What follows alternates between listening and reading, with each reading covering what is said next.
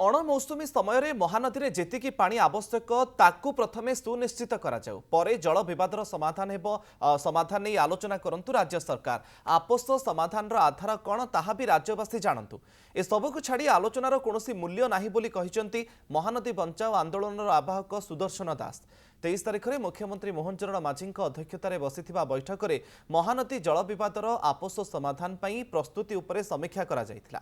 सेहीपरि आपोष समाधान पई ओडिशा और छत्तीसगढ़ सरकार भितरे आलोचनार अग्रगति होईछि बोली एडवोकेट जेनेराल किछि दिन तले मत रखिथिले।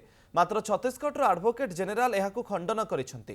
तेणु किए सत कहूछि ताहा ओडिशावासींक भितरे प्रश्नवाची सृष्टि करिछि बोली से कहिसेंती। अणमौसुमी समय महानदीर पानी छत्तीसगढ़ आदौ छाड़ू नाही एथिपाई ट्रिब्यूनाल आगरे ओडिशा बारंबार दाबी रखी आसुछि। हेले वर्तमान पर्यंत ए दिगरे ट्रिब्यूनाल कोनोसी पदक्षेप नै नाही किंबा अंतरीण राय मध्य देई नाहंती। आपोष आलोचना को जिबा पूर्वरु एई प्रसंग को राज्य सरकार मूल आधार भावे विचार करिबाकू दाबी करिसेंती सुदर्शन दास। ये जो आलोचना होची आपोष समाधान यार आधार कौन केते बाट अग्रगति हेची ए विषय में ओडिशावासी जानवर आवश्यकता अच्छी। गत काली मुख्यमंत्री सरकारी स्तर में अध्यक्षतार एक बैठक कर गणमाध्यम जहाँ आम जाना पाइलु जे एथिरे कुआड़े दुई राज्य सरकार भितर आलोचना आरंभ होती चली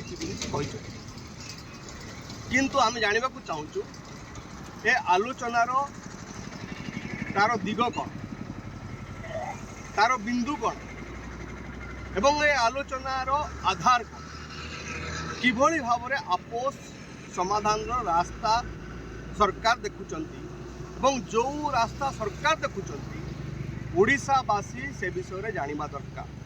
महानदी बचाओ आंदोलन से आसंता अगस्त 1 तारिख एक विचार विमर्श सभा आम करने को जाऊँ।